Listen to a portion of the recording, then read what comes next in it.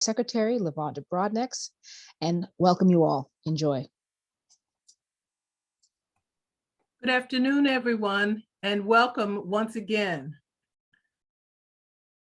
It is my pleasure to introduce our speaker, archivist, historian, writer, actor, filmmaker, speaker. Each of these is a component of Mr. Chris Haley.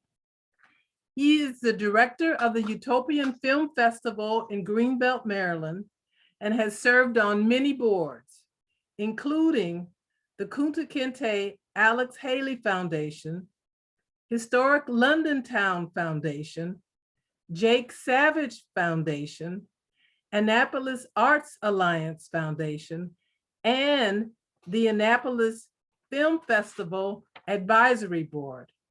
He's an author of a poetry collection, Until the Right Time Comes Along. He served as co-director for Unmarked, a documentary about discovering neglected African-American burial sites. A couple samples of his range as a speaker include a keynote speech for the 2016 Maryland State Conference of the NAACP, a speech in support of the building of an African-American History Museum in Frederick County, Maryland.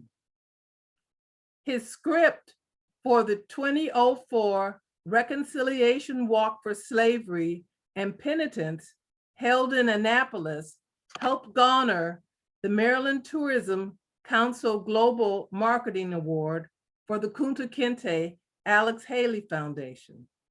Today, his topic is research on the legacy of slavery in Maryland. Juneteenth was just designated as a federal holiday, so his presentation today gives us a wonderful opportunity to not just celebrate, but to actually expand our knowledge. He will share an overview of slavery's impact on Maryland citizens, both Black and white. Pertinent experience for this presentation includes him serving as the director of the study of the legacy of slavery at the Maryland State Archives Research Department, which he supervised for over 10 years. His presentation will include images of runaway ads, domestic traffic notices, laws, and other documents which reveal the surprisingly complex, brutal, and diverse nature of the peculiar institution in Maryland. Please sit back, absorb, and digest as Mr. Chris Haley motivates and informs us with content that will not soon be forgotten. Mr. Haley? Thank you so much, Secretary Broadnax. That was a wonderful introduction. Even when you started, I thought, wow, she's got that sort of intonation like we're at a ball game. Ladies and gentlemen, here for the first time ever. And I thought, I'm loving this already. Thank you so much. And Dr. Jones for reaching out to me many months ago to engage me on this. And also Mr. White, who I don't see right now, but for enduring my technical difficulties as we went through prepping so that this would be a successful presentation visually and technically today. So I thank you all and thank all the members who are here, some of whose names I recognize, but I won't call you out because I might owe you money, so I'm gonna leave that alone. So along the things with what Secretary Broadnax said, I want to bring attention to the movie she mentioned, Unmarked, because literally, full disclosure, that movie, a documentary 40 minutes long, which is centered in Central Virginia and also Anne Arundel County, Maryland, was recently nominated for an Emmy for the Capital Region. And the Emmy Award for the Capital Region was actually held last night. And we did not win. So it was in the cultural, topical, historical documentary category. And so just let me tell you that as exciting as it is to be nominated, and you always hear this phrase, it's an honor to be nominated, and it is. But it's better when you win. You just feel better when you win. So just so you know, when you see all these stars and all these people who are out there, and you know, you're in a ball game or you're in a fight, and it's like, oh, well, I'm glad I got to the championship. I'm glad we got to the final round. And then they say all these pleasant things about it's just an honor. Believe you me, that it's even more of an honor if you have to receive the award. So that's the inner impulse is what happens when you go through this experience, which still is great, but I would have loved to have said, and here's my trophy. So anyway, with that said, I am going to talk to you about the legacy of slavery in Maryland, some of the research that I have been able to oversee for many years, I think approximately since 2005, actually, with probably 100 or more full-time regular and contractual employees who were at the archives day after day after day, or they were just there for a 10-week internships, or they were volunteers who literally, like yourselves, are just enthused about African-American history and bringing the lives of unknown people to the fore so that they can be unmarked and undiscovered no more. So with that, I'm going to try to minimize this window so I can maximize the actual presentation. And let me see, can you see that yet? Not yet? Probably not. Not yet. Not yet, okay. Then I need to press the magic button. And there it is. Yep, you're on. Okay, great. So Maryland legacy of slavery in Maryland. So as I move to our first slide, this is what you would get to if you're trying to do research or want to do research at the Maryland State Archives. Right now, we are slowly but surely coming out of our pandemic restrictions. As you know, very recently, the governor took all the restrictions off. So we are following that mandate. And so at this point, you are able to make appointments for about 2 hours, which is to say 9 to 11 in the morning or 1 to 3 in the afternoon. You could actually visit with an archivist. You go to our main website, which is just marylandstatearchives.gov, and you can make an appointment. With that, and with this, you can also do much research into the over 400,000 bits of information, and that's probably years ago when we came up with that number, that we have been able to populate our database with the different case studies that we have made a part of what is now the Flight to Freedom project of the legacy of slavery in Maryland. So I'm going to speak to you about some of the specific elements within that, and also really reveal to you some discoveries that I made during this time of research, of supervision, of management, and of engaging other young scholars and volunteers to explore things that may speak to their own experience as African Americans from a genealogic perspective, or from a scholastic perspective, or if they're trying to fulfill their doctoral dissertation or their master's degree. Some of the records that we have put forth here, we were very, I think, just amazed, and again, fortunate to find these records because we did not look for anything in particular, which is to say, we did not look for records for any individual. We looked for records generally, so that by looking for records generally, such as certificates of freedom or manumissions or runaway ads or domestic traffic ads or laws, we were not limiting it to certain persons. So within that, for yourselves and others who may want to do such study, they may find discoveries which are contained in all of these records, which in their totality include most everyone, because we were not trying to eliminate or discriminate or separate anyone. one of the things that I always want to bring up, especially when I go to young classrooms, and also as a reminder to myself, is that when I began into the study of African-American history, which I liked from the childhood, I mean, when I was about, I'd say 6, 7, 8 years old, I was about acting, directing, writing, and Black history. I just was. And so these two people I knew about. I was born in Washington, D.C. myself.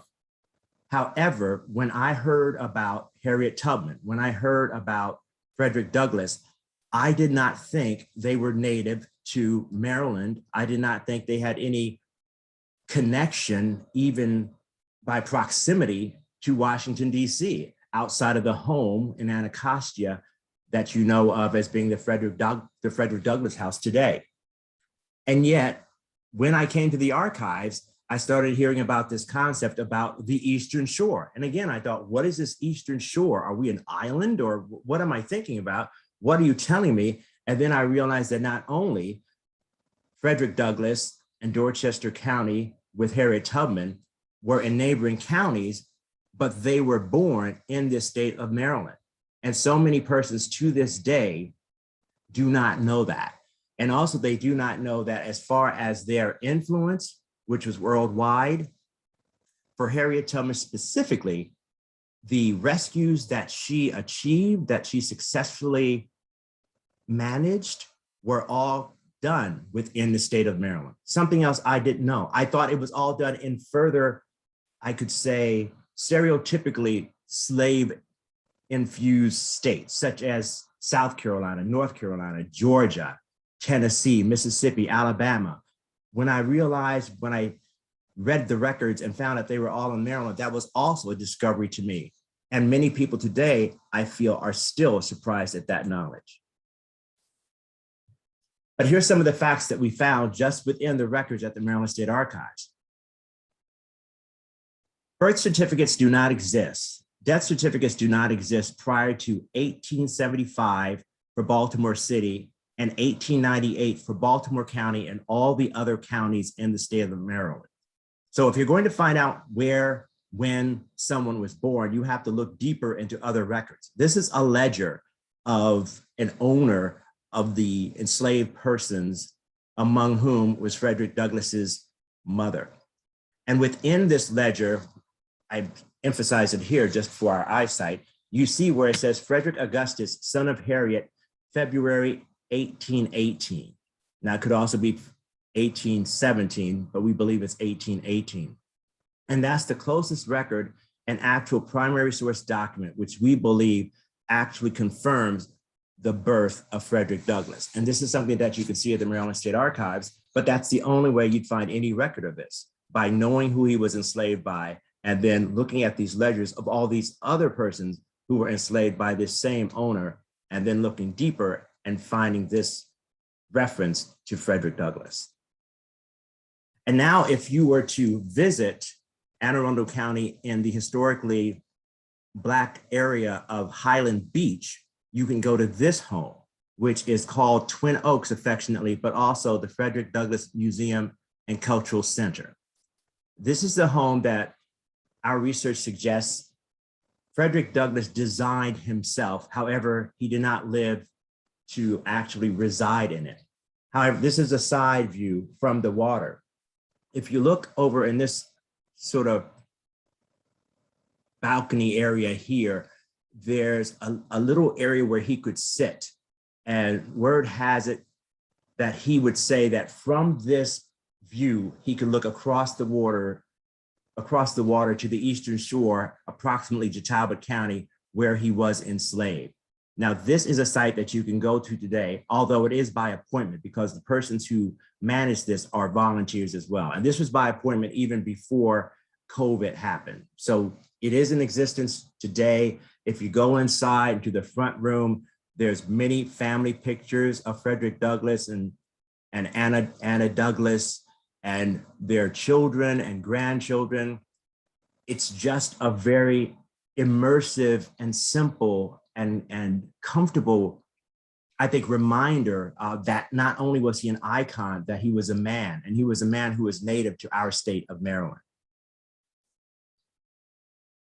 This is an image which I would think many of you have seen, which is a godsend to those of us who have studied African-American history, because as many of you know, many of the other images of Harriet Tubman were of this very aged woman in a shawl, in a chair, and you never ever saw something that approximated when she perhaps was in her prime, when she was perhaps had just completed her rescues. And so this is an image that was found, I think, within the last few years.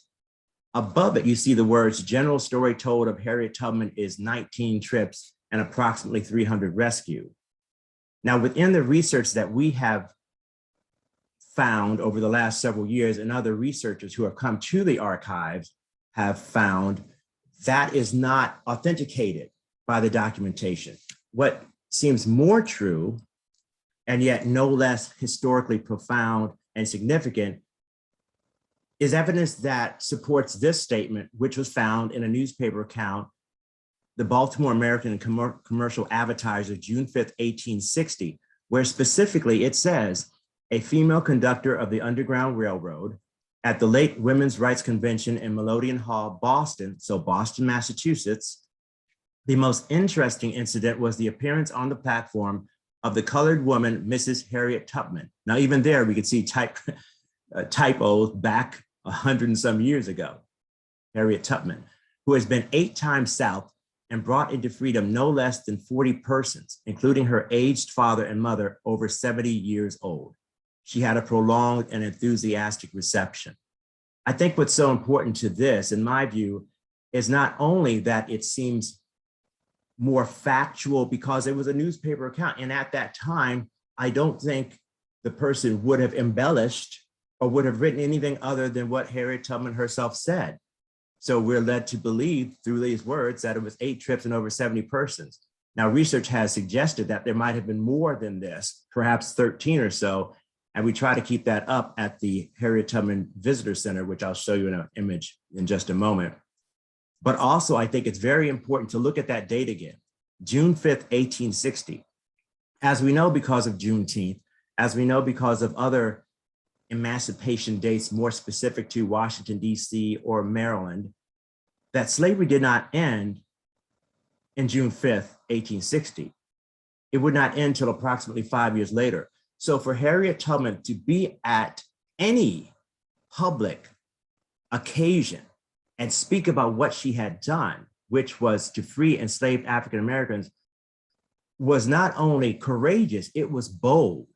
Because of the Fugitive Slave Act, she could have been recaptured and sold back into slavery. I'm not sure what the reward was. There's different terms about, or anecdotal sayings about it being $40,000 or more. We don't have any proof of that.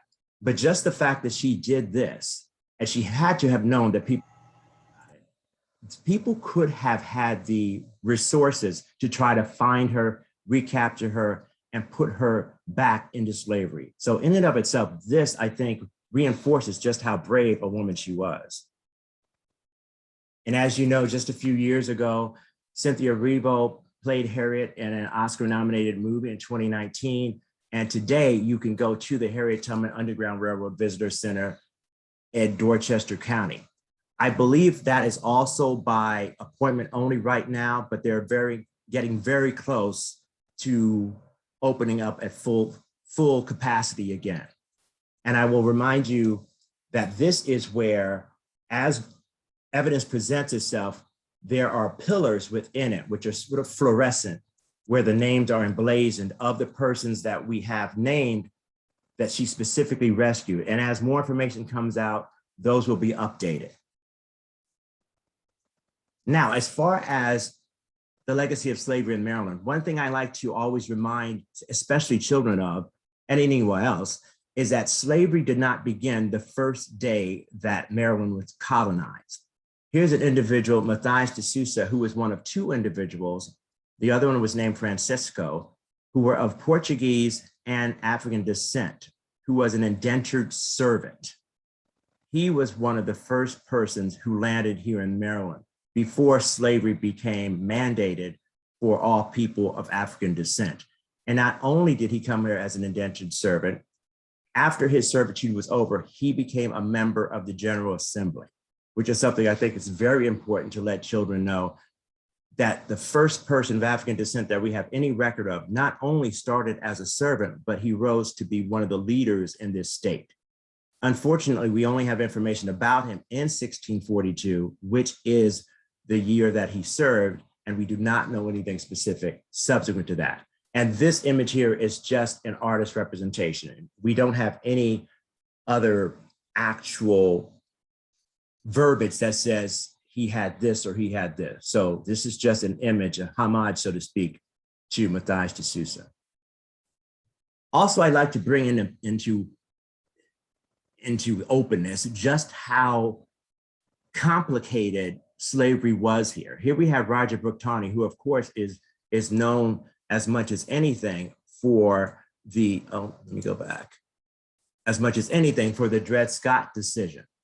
So within this Dred Scott decision, as we know, he famously said that there was no records or no laws or no rights for an African, a person of African descent, that a white person was bound to obey. What I want to bring to our attention is that earlier in his career as a lawyer, he did actually defend persons who were against slavery, such as the left part of your screen, a Jacob Groover, who was a minister. I believe he was a Quaker minister, and he defended him. And in his defense of Mr. Groover, Tawney is quoted as saying, "For instigating slaves to commit acts of mutiny and rebellion, defaming those reptiles who live by trading in human flesh." So he is saying how terrible the Slavery Act, the slavery institution is. However, what I want to remind people of whenever I give this presentation or a general about Roger Brooke Tawney, he gets all of the infamy for it. And because of how he phrased his majority decision, I think rightfully so, but he didn't do this alone. It wasn't out of the 9 members of the Supreme Court, his one vote was the one that sent Dred Scott back into slavery. There were 6 other individuals who also joined him in that vote. There were only 2 who dissented, and those are their names. The 2 who dissented, John McLean and Benjamin R. Curtis. Otherwise, there's a James M. Wayne, a John Catron, a Peter V. Daniel, Samuel Nelson, Roger C. Greer, and John A. Campbell also concurred with Roger Brooke Tawney. So he did not act alone. Going back to what I was talking about with Matthias de Souza, how servitude began in Maryland. It wasn't slavery from the beginning. There were timed servitude with persons, both Black and white and indigenous, would serve. And these are some of the terms that were in place for them. Servants above 22 years shall serve 4 years. Servants between 18 and 22 years shall serve 5 years. Between 15 and 18 shall serve 15 years. Servants under the age of 15 shall serve until the age of 21. And owners had to register and confirm ages of servants within 3 months of their import or lose 1 year of their service. So it was very complicated, very rigid, and very restrictive in a way about how one's service was mandated under the law in Maryland at the beginning of the period where it was colonized. It wasn't until a little bit later. Let me see if I'm skipping something here.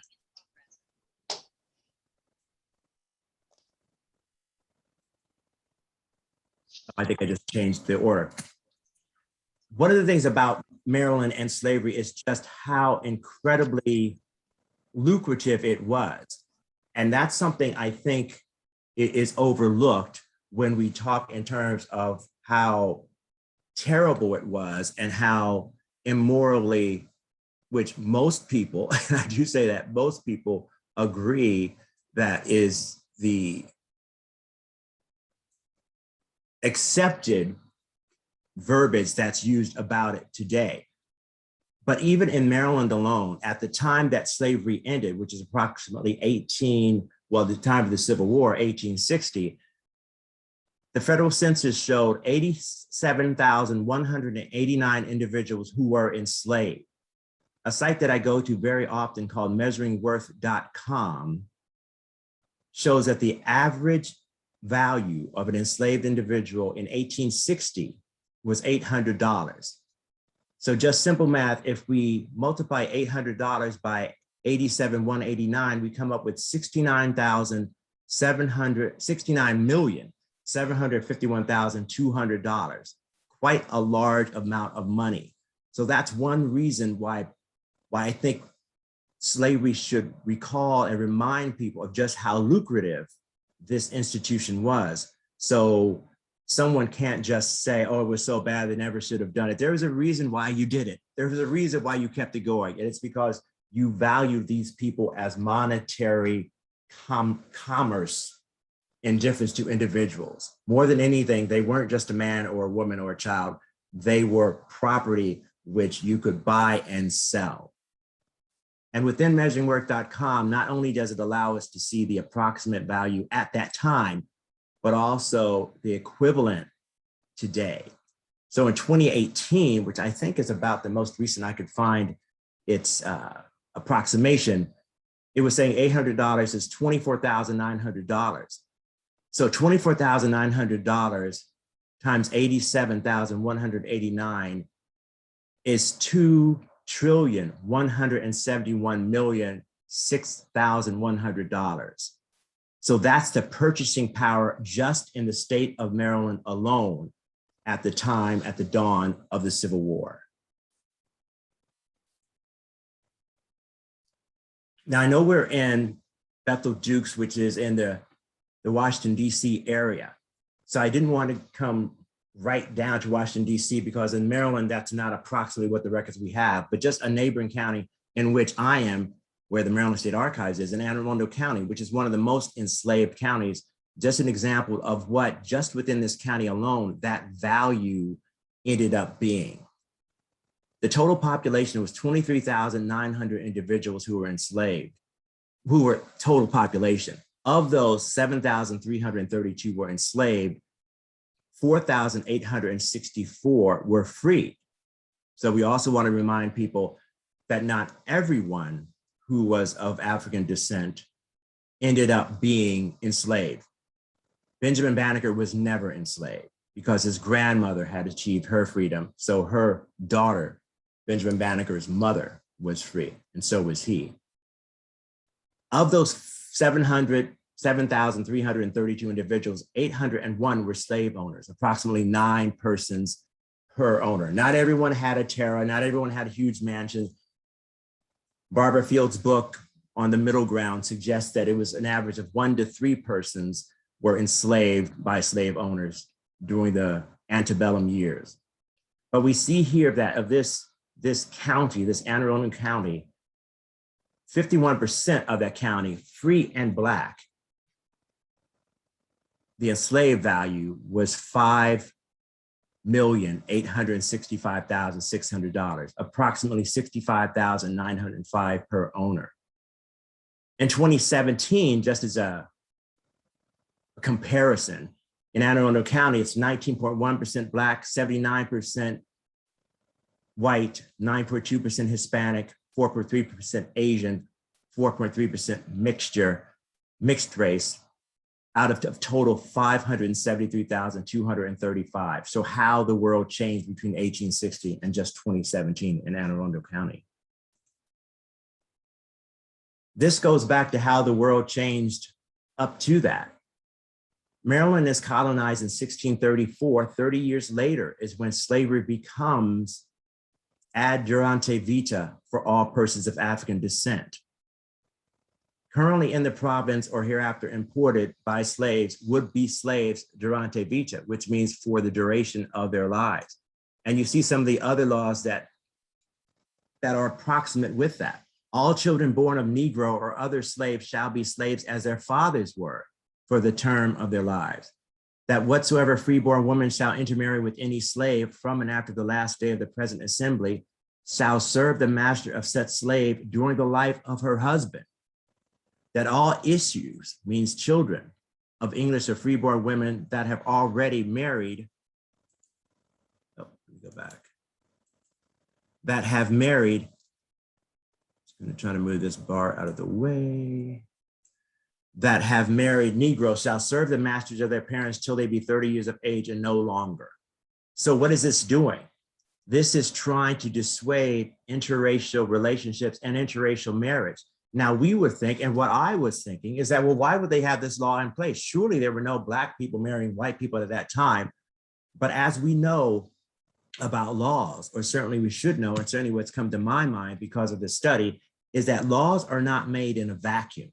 They're made because there's some issue which needs to be addressed currently, or that they fear will come to pass, such as laws about immigration, laws about LGBTQ rights. Those are laws because something is going on. So what this implies is that there must have been people who were Black and white who were getting married and who were having relations. And so the General Assembly said, what can we do to dissuade this? Let's try to criminalize it. Now, here's an example of an individual who persevered regardless of all the laws that were written against them and against him. We first found this because of this ad. Let's see if I can move this out of the way. $100 reward. Ran away from the subscriber on the night of the 21st instant. My Negro girl Cinderella, about 22 or 24 years of age, very pleasant when spoken to, of a light yellow complexion and about 4 feet 5 or 6 inches high, took with her a variety of clothing. She has a husband living in Baltimore by the name of Abram Brogdon, who was supposed to have taken her away from home. Abram Brogdon was a free man. So he was endeavoring to free his enslaved wife from slavery. Now, unfortunately, our research shows that she was captured the next day. He did apparently get her to Baltimore, but she was found and brought back into slavery and was sold south. Because of this crime, Abram Brogdon was found guilty of it and sentenced to approximately 4 years in the Maryland Penitentiary. Because many individuals, primarily white, wrote to the governor in the favor of Abram Brogdon, saying that he did this not because he was an abolitionist, but because he was toiling in the view and the defense of his wife. They petitioned for his freedom, and he actually did receive a pardon after 2 years and 9 months of service. Unfortunately, at that time, Cinderella had already been sold into slavery south and had died. This space right here, this site right here, formerly called Scott's Plantation, now called Belvoir, is in existence now in Anne Arundel County near the Annapolis Mall. Unfortunately, it is no longer owned by the county, and you have to get special permission to visit it because it is no longer an historic site open to visitation. We were able to get special permission to include some images of this in our movie Unmarked. And if you are able to watch the movie, you will see where Julie Shablisky, who is with the office of she's the chief, I can't remember what the title is, but you'll see it in our movie. But she actually shows us where the slave cemetery, we believe, is located off of historic Belvoir Scott's Plantation. We don't think that Cinderella Brogdon is buried there because she was sold away. And we may never know who is buried there, but we do know where the cemetery is, approximately in Crownsville. Some of the terms that I found out just by doing research, even outside of Maryland State Archives, which again, just surprised me to no end, was the limits, the extreme limits to which enslavers and those who were proponents of slavery went to justify this institution, especially after, let's say, the Revolutionary War, when there were so many patriots, or as they were called then, rebels, were talking against the king for slavery, about being taxed without representation, that they realized that it's very hypocritical for them to have all these persons of African descent enslaved at the same time. So here in 1851, this American physician, Samuel A. Cartwright, comes up with this term called drapetomania. And you can also find some, I think a few clips of this on YouTube, which is where I found some historians mentioning this justification. And as you'll see in this $40 reward over here, ran away from subscriber near St. Mary's County. And then if you get further into it, it goes very specific into his dress, his description, likely fellow, thick lips, father, mouth, white of his eyes, his dress when he went off, Kersey. But then you'll see here, this over, he absented himself, which means he escaped, for no fault whatsoever, but is probable for fear of being resold to Georgia. So it's saying that is for no fault whatsoever. And then right after that, it says, but probably because he thought he was being resold to Georgia. So it's already a contradiction in and of itself. And so my feeling is that, well, maybe they thought he was just suffering from drapetomania. Otherwise, why would he possibly leave me? Over in this other ad, $600 reward, he took with him different clothing, one black and one striped roundabout, one pair blue, and they have been well treated. Those Negroes have been well treated and much indulged by me, and they all ran away without any provocation from me whatever. When William, sometimes called William Butler, went off, he said he was going to camp meeting. 2 other Negro men ran away with him, Mrs. Sotherens and Mrs. Pernham. So it's very specific as to who these individuals were, what their talents were, as it says here earlier. Robert is about 33 years old. His hair comes rather low over his forehead. He plays on the fiddle and can read and write. There's also the talk about Blacks could not read and write, which in some cases were true, but in other cases was not true.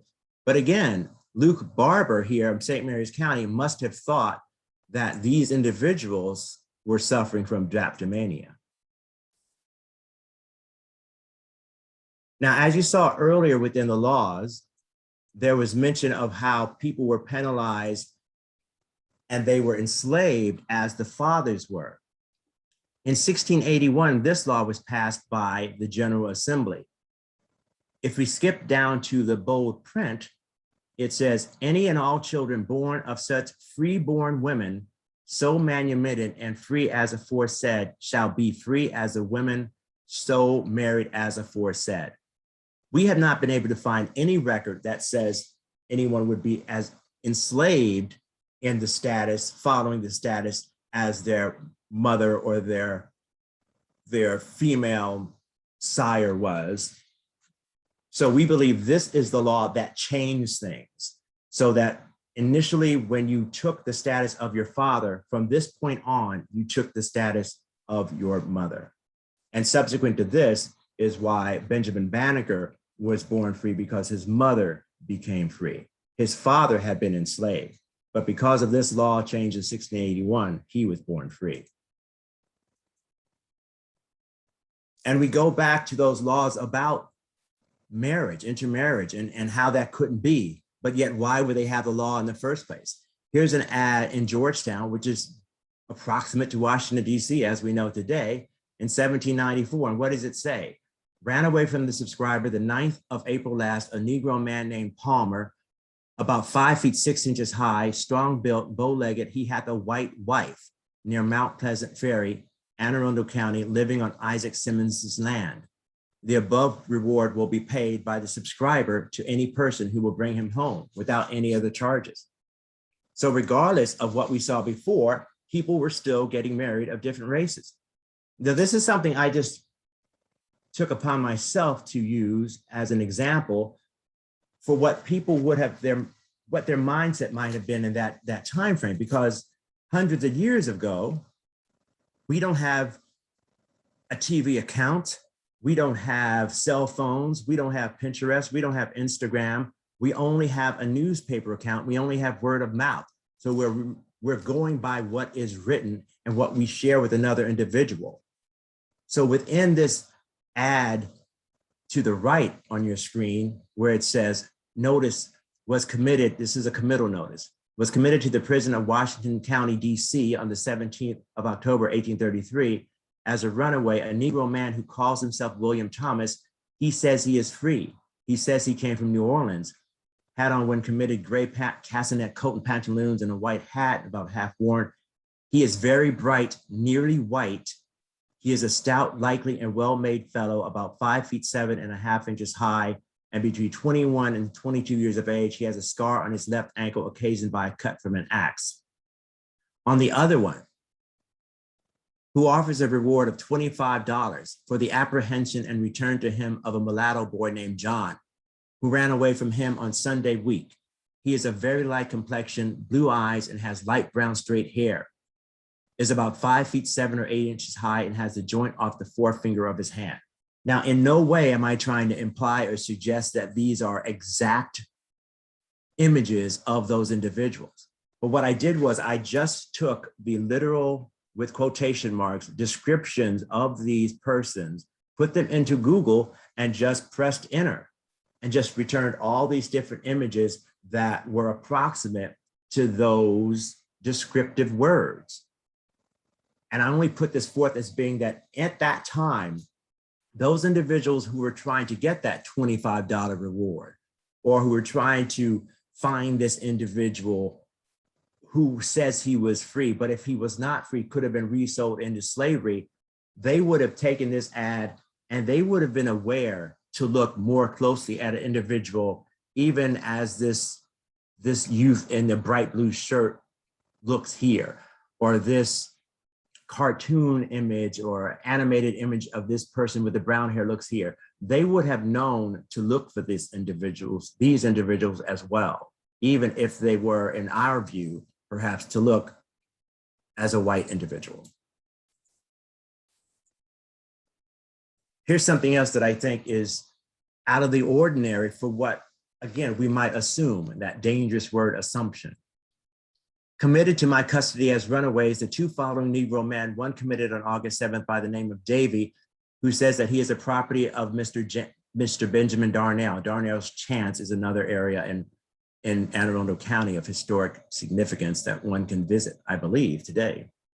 He is about 56 or 57 years of age, 5'10" or 11" high, and well-made. His clothing is one old white shirt, one Osnabrück ditto, two pair of Osnabrück trousers. The other committed on August by the name of William Verbiage and says he is a free man, was born in Antigua and arrived in Baltimore in July last in the schooner June, Captain John Robertson. He is about 22 years of age, 5'6" or 7" high. His clothing is of one sailor's jacket, blue cloth, trousers of the same, one white shirt, and one pair of Ticklenburg trousers, and seems to talk in the French dialect and commonly wears his wool plaited, means his hair.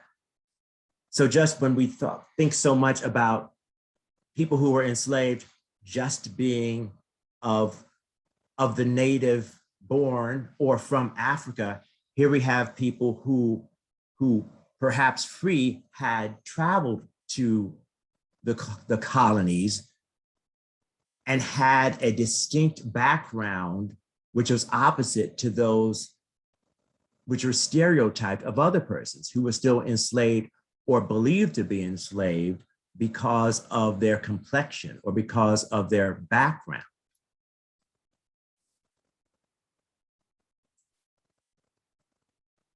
Slavery did not end in Maryland, I'll be more specific with this too later, until 1864 with the passage of the Maryland Constitution, November 1st, 1864. Move this over here. And that passage was due to a vote. And this vote, as you could see over here, is tallied for the Constitution and against the Constitution. For the Constitution, which among other things instituted the record or the position of deputy governor, is the issue of the ending of slavery. So as you can see here, that the initial vote of all the counties for the passage of this Constitution, it did not pass. It only passed because federal troops vote was actually subsequently added to it 375 votes was the difference between slavery continuing past 1864 in Maryland, November 1st, 1864 in Maryland, or of it continuing until probably the actual end of the Civil War. And maybe we wouldn't have even ended slavery here until approximately a Union force such as what happened in Galveston on June 19th, 1665, reached any different plantation within the state of Maryland. And just to look specific to where we are in Anne Arundel County, 281 voted for the Constitution, but a majority voted against it, voted against the freeing of slavery, the ending of slavery. In Prince George's County, approximate to Washington, D.C., 149 voted for the passage of this Constitution, 1,293 voted against it. This is just showing you over in this side how the amounts of free to enslaved individuals changed over the years as well. I feel like it's always important to emphasize and remind people that not all people of African descent were always enslaved, that there was in different areas, a significant free Black population as well as enslaved, and also approximate to the overall amount of people in that specific county. This is what we use to get those figures. This is from the University of Virginia, as a matter of fact, but we have it included as a resource under the Maryland State Archives website. So if you were to go here, if you were to use this, all you would need to do is just go into resources. There's a link that says United States Federal Census, and then you're able to click on it to get further into the census records for 1820, 1830, 1840, 1850, 1860, and to be specific as to what the breakdown is of different categories in it. So such as it shows here, the highest free Black population in 1860 in Maryland was in Baltimore City. The highest enslaved county was Prince George's County. And you see the little stat here. There were 6.5% more enslaved males than females from 1820 to 1860. And there again is the source. The Historical Census Bureau, taken from the US Census Population and Housing. This shows what the breakdown looks like if you were actually able to click onto that site. Here we see Prince George's County, total enslaved population, 12,479. Anne Arundel County, 7,332. Baltimore City, conversely, 2,218. Now, how many free Blacks are there? Free Blacks in Prince George's County, only 1,198. In Anne Arundel County, 4,864. However, in Baltimore City, 25,680. So with this amount, just for Prince George's County alone, if we go back to what we were talking about with measuringworth.com, this 12,479 enslaved individuals, their approximate value in 1860 would have been $9,983,200, which according to Measuring Worth in 2020 is $317 million. So it's very, I think, ironic, one might want to say, that now Prince George's County is considered to be the most affluent African-American county in the United States of America. But during the time of slavery, it was the most enslaved county in Maryland.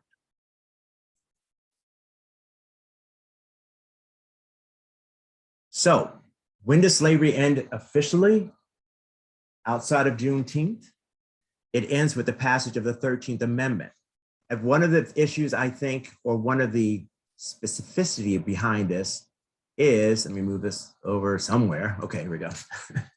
Is that This is the actual verbiage of the 13th Amendment, which is often, and I mean often, except for the recent documentary 13, skipped, but I think speaks a little bit to the mass incarceration that exists to this day, is that central clause: neither slavery nor involuntary servitude, comma, except as a punishment for a crime whereof the party shall have been duly convicted, shall exist within the United States or any place subject to this jurisdiction. So even at that time, even with this passage, which in effect ends slavery, there's this clause that says, unless you're convicted of a crime, then we can sentence you to virtual slavery still.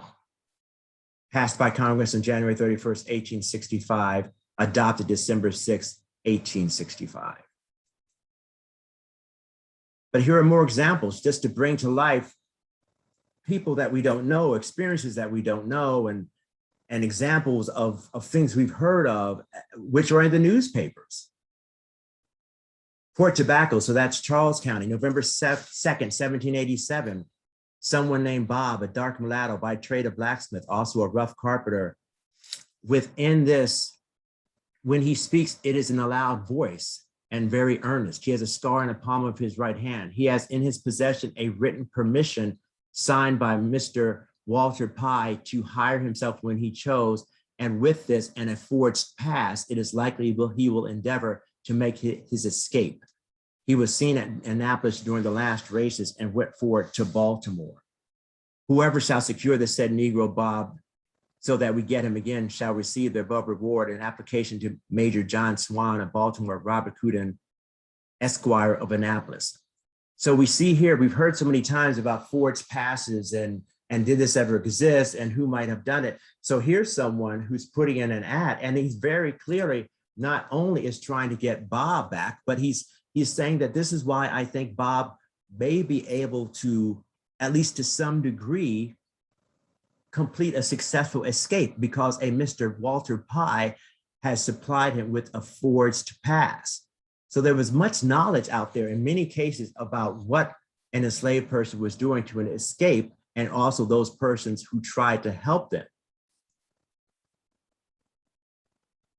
So here we have an example also from Anne Arundel County of a young man who's only 15 years of age, 1834, in Calvert County. Joseph Brown says he was born free. Said Negro boy is 15 years of age, 4 feet 4 or 5 inches high, has a scar on his left cheek and one of the left side of his neck, had on when committed a linen shirt and trousers, a country cloth roundabout, an old fur hat. So this person was committed to jail, and if he's not spoken for, he could have been resold into slavery.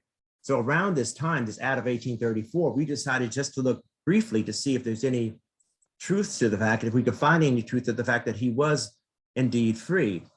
And the closest we could find was another Joseph Brown in 1830 in Annapolis, free colored persons between the ages of 55 and 99, one female, and also a male, and they're both free. So since this individual was only 15, could Joseph Brown have been perhaps their grandson? And he was living with them, and because he's free, perhaps he was walking on an errand from Calvert County to Anne Arundel County, which of course is a very, very, very long walk, but still, he could very well have been free, and these could have been his grandparents, and he might have been named after this Joseph Brown. Unfortunately, we have not been able to find any records that confirms this, but it's a suspicion that I have that would support what he said. Here's another example of what we find spoken about many times within the institution of slavery, and what persons of African descent adopted as ways to sort of encourage each other, inspire each other to get by, but also was considered often dangerous to those who were enslavers. Ran away from the subscriber on the 19th of October last, Negro Jacob, 35 years of age, 6 feet high, smooth face, high forehead, his wool, which means hair, growing at peak, leaves his temples bare, speaks low, or is that slow? Let's just make sure. Speaks I think it's slow, and rather hoarse, had on and took with him when he went away a brownish cotton coat, a blue coarse short coat with metal buttons, old breeches, Osnabrück shirt, and a matched coat blanket. His Sunday apparel, purple cloth coat with rimmed buttons, Nankee breeches, mixed worsted stockings, and half boots. He professes to be a Methodist and has been in the practice of preaching of nights. It is expected he is harboring about the city of Annapolis, West River, South River Neck, or Queen Anne, as he has a wife at Mrs. Murdoch's.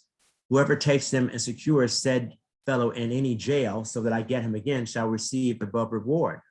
So many times, as I said before, the enslavers knew much about the individuals and the humanity of these individuals, regardless of the fact that they considered them property, that he believed himself to be Methodist, that he was often a preacher, which probably meant that he had many people who perhaps on a Sunday, if given a pass, if given freedom on a Sunday, or given a free pass or allowance on a Sunday, could attend some of his sermons. He might have had a larger network to try to escape to. And this person also knows that he has a wife at Miss Murdoch, so he's giving all these clues to perhaps find this minister Jacob again. Certificate of freedom. As we've mentioned earlier, that not everyone was necessarily born enslaved. They could have been manumitted, they could have achieved their slavery, but in order not to be committed to jail, if they did not have any paperwork whatsoever, they would have needed something such as a certificate of freedom, which is something that a Benjamin Banneker should have had, or anyone else who, after being freed, would have needed either this type of document or a document being a manumission, which could have come from a will or within a land record. But in this one, we see at the top, Matilda Graham, the Negro woman to whom this is given, aged about 22 years, 5 feet 3.5 inches high, and having a scar under her left ear, is a daughter of Priscilla. I'm not sure what that word is. Priscilla, who was manumitted by Frederick, I'm saying Eichelberger, by manumission dated January 27, 1827, and recorded in Library WB number 19, folio 252. If we skip down to here, also in one of the records of Washington County in the District of Columbia. That the said Matilda Graham is past the age fixed by said manumission for her servitude, as appeared by the affidavit of Michael Eichelberger, now filed in my office, which basically means that she probably had what is called a certificate of freedom or manumission based on time, which means she would have been manumitted after she reached a certain age. And perhaps that age was either 22 years of age or 21 years of age, because it's specifying that having reached this age is what it's saying here. Her servitude as appears by the affidavit here, past the age fixed by the said manumission. Committal law specifically, 1802, Act relating to runaway servants and slaves, laws of Maryland, 1802. Law mandated sheriffs to place notices within 15 days of committal and to place the notices in the newspapers of Washington, D.C., Baltimore, Easton, as well as any other appropriate press. If after 60 days the suspected fugitive had not been claimed, such as Joseph, such as the earlier gentleman who I think his name was William, who said he was free from New Orleans, and the fees associated with incarceration had not been met, law required the sheriff to advertise a public sale of the supposed figure to the highest bidder, with the auction to commence within 3 weeks of the announcement. The only protection given the prisoner was the restriction that the purchaser could not take his purchase out of state for 2 years. However, this benefited the late arriving initial owner more so than that sold off slave, because again, this is not a 24/7 news cycle that we're aware of today. News had to travel by mail, by word of mouth, or what have you, and it may take a while, in particular, a while, depending on where this person had been, for someone to either vouch for their free status or to say this person has escaped, and yes, I will come and get them. Anthony Beale, 17 or 18 in 1830. Eloped for me means escaped for me in this city on the 5th instant, a dark mulatto boy named Anthony Beale, about 17 or 18 years of age, 5 feet 3 to 5 inches high, has large feet, can hardly be persuaded to wear shoes. And it's also just kind of amusing, again, how these people knew so well their human property while denying them their humanity, as if to say that if you find this person, if they claim to be free because they've escaped, you may notice that they have an attitude or they're sullen or something when they're putting on their shoes. They're giving an attribute to the behavior that this Anthony Beale may exhibit, so that you may think, yes, this is the person within this ad. He has a sty on one of his eyes, which will be the most ready way to detect him if taken within a few days. He had on, when he left me, a blue or black cloth cap, a blue and white striped cotton round jacket, dark cloth or castanet pantaloons, and a bundle of other clothing with him. There is no doubt, but Anthony has changed his clothes. He was raised in Georgetown and lived some time in this city. And as he has relatives in both places, it is supposed he is lurking about the district. A boy of similar description crossed the Little Falls Bridge the same day he absented himself. The above reward will be given if taken north or west of the district, and 20 if taken in the district. Doesn't this make you think sometimes, if you're visiting Georgetown, just with all those historic brick-laden streets and buildings, if this young man, Mr. Beale, may have run down these streets, these cobblestone streets. Edward Burke, nicknamed Barney, 1839, only 19, ran away from the Arlington estate about the 4th of June, a mulatto lad aged 19 named Barney, but calls himself Edward Burke. He is about the middle-sized, rather spare, has a scar under the eye and one on his hands. $100 will be paid for his apprehension so that I get him again. And there is good reason to believe that the said runaway was conveyed to New York in a vessel trading between that city and the district. $100 will be paid for such testimony as shall be the conviction of the captain of any such vessel. So this Richard Rice, who isn't the owner, but he's an agent, so probably he's paid to facilitate this recapture. All the information that's in here, that Burke perhaps is nicknamed Barney, and who calls him Barney? If your name is Edward Burke, are you going to go by Barney? Perhaps that's what the owner calls him, but he decides, or he prefers being called Edward or Edward Burke, but that he might be on his way to New York. So this Richard Rice has so much information about Edward Burke, which again speaks to their humanity beyond the fact of this is a person who's worth a reward, which they also want to get.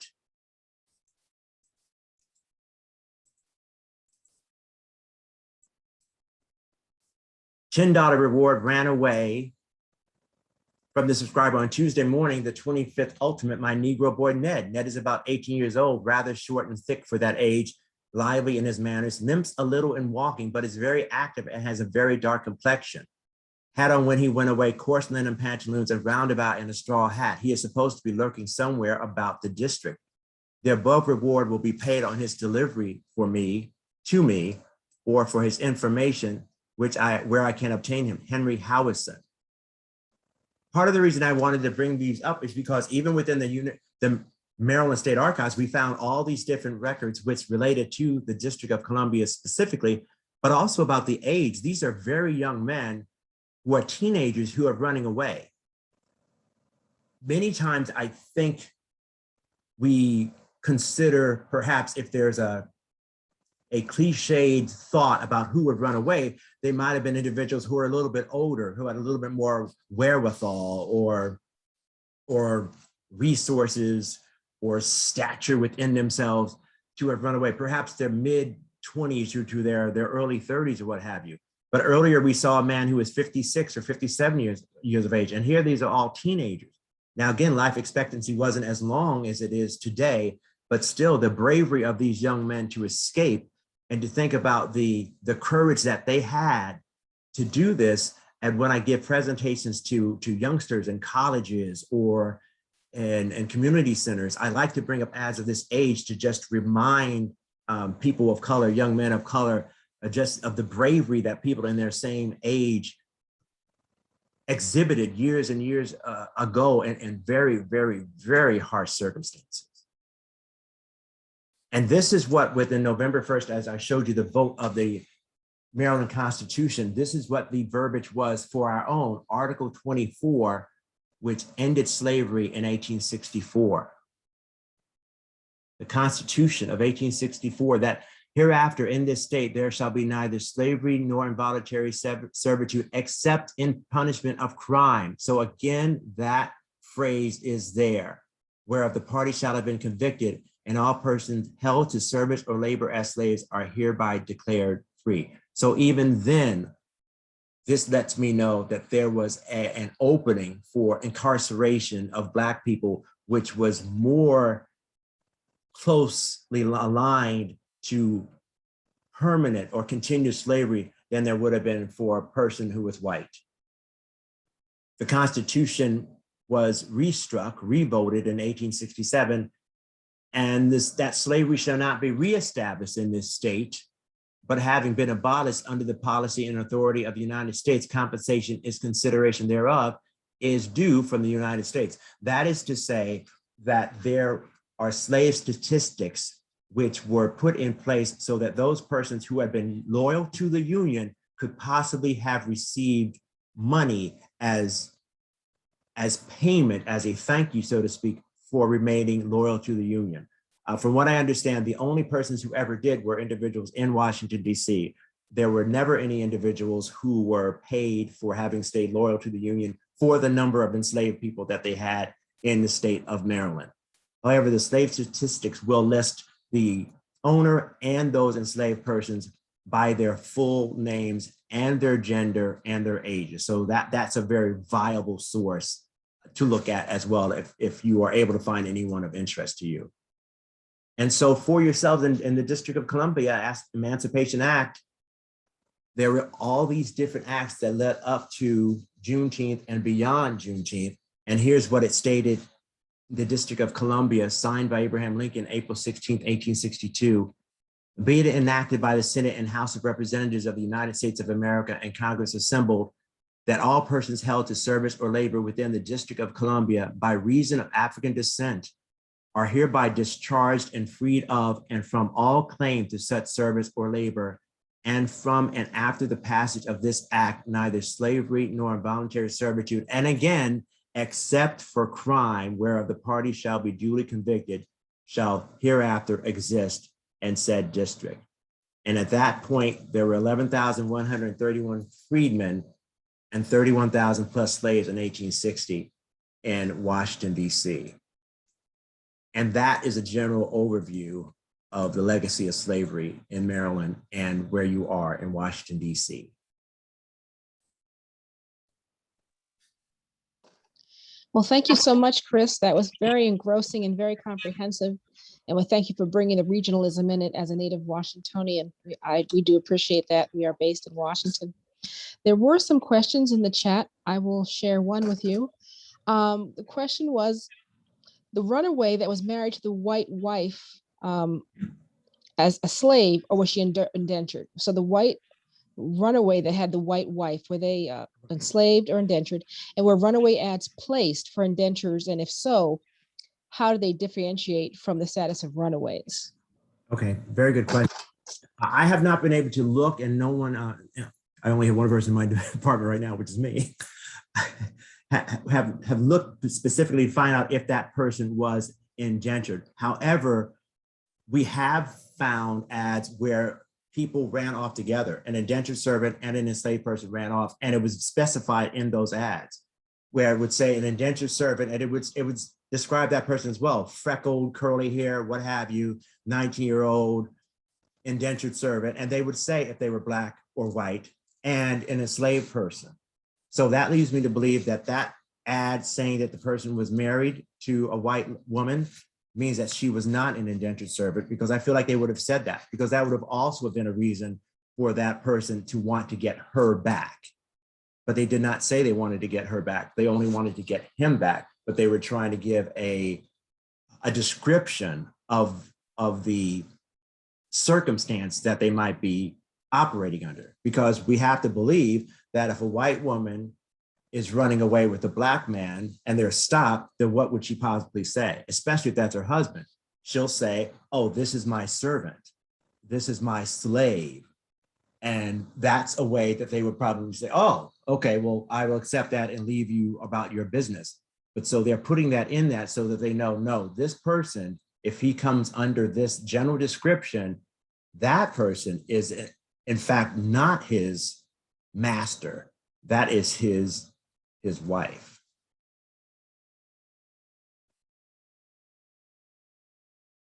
I don't hear you. I don't hear you. I'm on mute here. I apologize. Thank you. How involved was the AME Church in the Underground Railroad in Maryland, and especially on the Eastern Shore, if you could? Now, personally, I have not studied that. I believe they became very much involved with the origination of the churches, as much as those individual organizations had the wherewithal or the resources to put forth their influence, what to have you.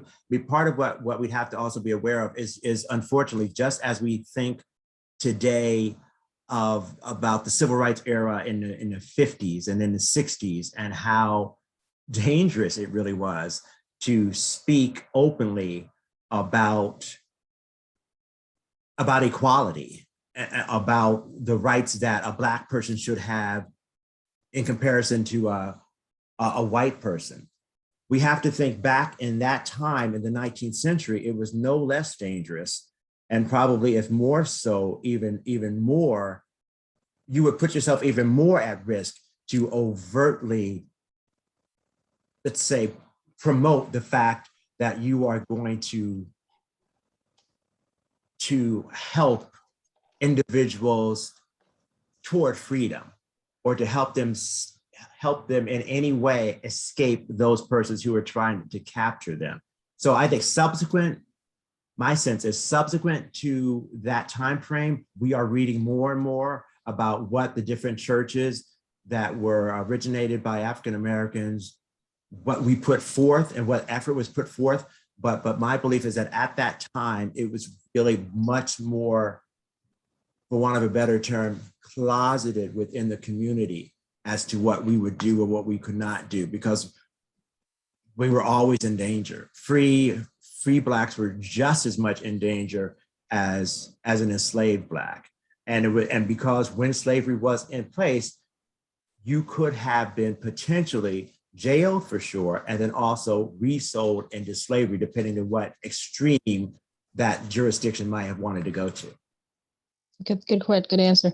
So in light of Maryland's 400th anniversary in 2034, where do you think the conversation about the importance of enslavement comes? Is that was a port city that did a great deal of transaction there, as well as the District of Columbia, and then Virginia. This whole region was very much involved in that. And so as we look at the idea of reparations, we look at the idea of celebration of these, quote, founding of these colonies or what have you, states, where do you see the 400th anniversary in 2034 factoring in archived slavery in America's, Maryland's ugly underbelly? Right, that's very good. I think part of it is that we should remind individuals who are so, and I'll say this straight off, I don't have an answer. I haven't thought about what would be a justifiable, a target point or what have you, that would in any way make me or another person of African descent, okay, I'm satisfied with $1 million. I'm satisfied with the $500,000. I'm sorry, I'll keep my mouth shut now, because I don't think there is one. Because what slavery in and of itself it did was it eliminated the possibility for people of color to have generational wealth. And so because that was eliminated, it's hard to come up with any type of number or any type of guesstimation that suggests this would be what you would have had been privy to if your freed ancestor had been able to pass along his barbering business or his carpentry business or his tailoring business to his family without impediment from the law of their county or from the law of their city. There's nothing that we really have to go by unless we go back to what was the value of an enslaved person at that time. What was the value of an enslaved person in 1860 or 1850 or 1840, and what would it be now? And what would it have been through the entirety of their lives? Because one of the things that I did not go into within that presentation, but what measuringworth.com does at least begin to broach is not only the specific value of that individual in 1860 being $800, but what could have been the approximate value of that person who perhaps was 30 years old in 1860 from the beginning of their productive years, which let's say that's, say 15 years, and that's probably reaching to give them until 15 years, until perhaps they're 42 years of age. What could have been the value if they worked in tobacco, if they worked in rice, if they worked in grain, if they were in the deep South and they worked in cotton? What could have been the approximate value of their productivity toward their slave owner? Because I think that sort of goes closer to the amount of what would be a reparation if you're able to identify an individual who was your enslaved ancestor to what they were due. He lived for 20 years. He worked for this person. This person's wealth was immense. Because of my great-great-great-grandfather who worked there for 20 years, his value was approximately $120,000 worth of produce he probably produced, which in 2020 is equivalent to $2.5 million. So let's begin with that, $2.5 million, because that's the value of his lifetime of servitude to this individual and to this county and to this state. So as of 2034, the values that I gave you today, that's going to exponentially raise up by that time as well. Good point, because I know there was some discussion about the reparations for the HBCUs, and there was some discussion about the 600 million being too much and people having issue with that. So out of the 4 HBCUs of Maryland, only one is truly an HBC, which is Morgan. The others were conciliatory Jim Crow schools created by the state and still underfunded in the midst of everything. So I love the idea of you're talking about how do we formulate an equation or a formula with which to adjudicate these past injustices. And then how does it happen equitably? And I guess we'd get the mathematicians in here and the economists in here to help kind of create that, because we as historians and humanities scholars really can't, we can just show the raw data. But how do you actually talk about intellectual value, the material of furniture, making furniture, the intellectual property? I mean, there's other kinds of intangibles that also were transferred that benefited the enslaver and the community of enslavers versus the actual person who generated the idea. And I get that from that documentary High on the Hog, where it talks about the cooking and the efficiency of the cooking. So very much so. I don't see any other questions in the chat at this juncture, and I will leave it up for anyone, any other questions in the chat. Yes, we have one here. Do you think reparations should also include foreign companies that engaged in the slave trade in the colonial US? I would say yes. I would say yeah. As you probably know, there's many companies, and when you say foreign, I'm thinking you probably mean European. There's also many African nations who are expressing regret for having participated in the international slave trade. So, I mean, it's you cannot exonerate one participant in a practice without, I think, exonerating everyone. So it's ironic, but if you're apologizing for something and it warrants an apology, then it's almost like today there's a crime that's committed, and whatever that crime is, perhaps it's a literal crime of murder or assault or things of that sort to a person. And that person goes through the judicial system. and they're found guilty of, I don't know, assault with intent to maim or what have you, and they're sentenced to 20 years or what have you, or 10 years or what have you. However, there's also the civil suits which come into play. This famously happened with the case of O.J. Simpson, when he was found innocent of the actual crime, but then he was found guilty through civil suit and owed all this subsequent money to the family of Nicole Brown and, unfortunately, I remember, Ronald Coleman. That, I think, would be the equivalent of how one should approach this. If we're saying that you may not have been directly involved with American slavery on the shores of America, but if within the international slave trade, the enslaved were brought to Barbados from Western Africa, to the Carolinas, to Annapolis, or what have you, and then the triangle began and continued, then yes, I think that is a discussion worth having and continuing and exploring. I want to thank you for your work in the archives. I want to thank you for being the Lone Ranger out there. I know that our colleague Maya Davis has taken flight, but Right. I thank you for your work. And I would also like people to know if you could explain on who the Haley is and how you relate to another famous Haley as well. And then I'll turn it back over to Eric, because I like people to know these the guests we are sitting amongst.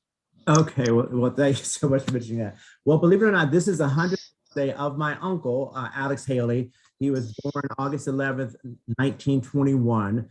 And so throughout the United States of America, for what I believe, there will be different events that are going to be held in his honor and his recognition. Approximate to his first, I know I'm doing a talk for Historic Annapolis that night, a virtual talk that night. The Kunta Kinte Heritage Festival is going to be held September 25th at City Dock of Annapolis, where the Alex Haley Monument stands.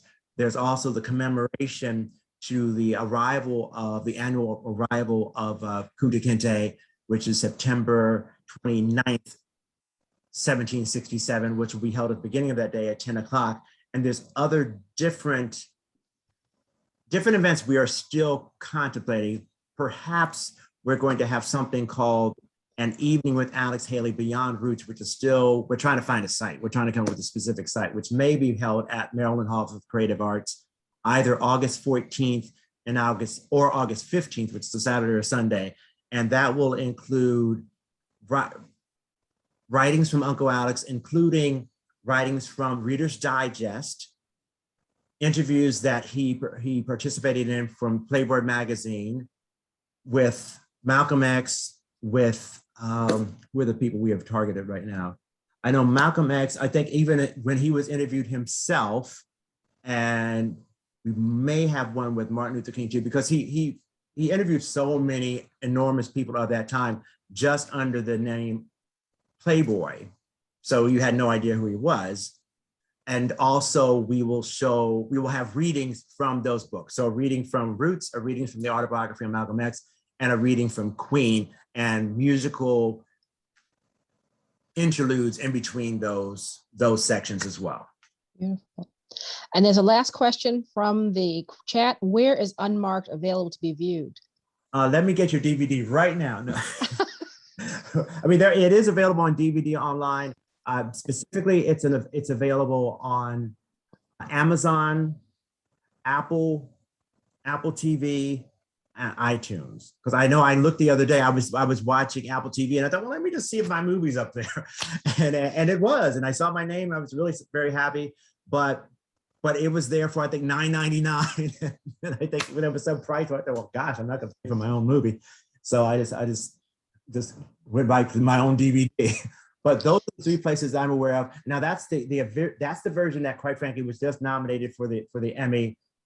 And there's an earlier version, which is 26 minutes, which does not include Maryland, which is available on Real South on pbs.org. And that is the free version, which is available there. But again, it doesn't include reference to Belvoir, it doesn't include reference to Cinderella Brogdon, or to actual persons who are descendants of Cinderella Brogdon and who live in Anne Arundel County today. Excellent. That Well, I question. want to say congratulations on your nomination regardless. I mean, hey, nomination's a start. At least you're acknowledged at the dance. The rest of us are still outside waiting to get in. So it's a start. I'm going to pass this back to Eric White. And thank you so much, Chris. And definitely we'll put some things about the Quinta Kinte Festival and the centennial birth of Uncle Alex as well. So Thank over to you so you, much. Eric. And thank you so much, Chris. Thank you. Thank you, Chris, Thank you all for having me. for a very in-depth presentation. This is what we can expect from the presenters that we bring to you on the Bethel Dukes Branch speaker series. And we invite you to, go to the Asala website, tune into Asala Television. Our next meeting will be on September the 26th. And at that time, we will have Luham Kwander, and he will be discussing his new book in September. And then in October, we will be followed by Karen and John Franklin. And we have other speakers lined up for the rest of the year. So you are on our list. We will reach out to you, and thank you very much for joining us today. Thank you all very much.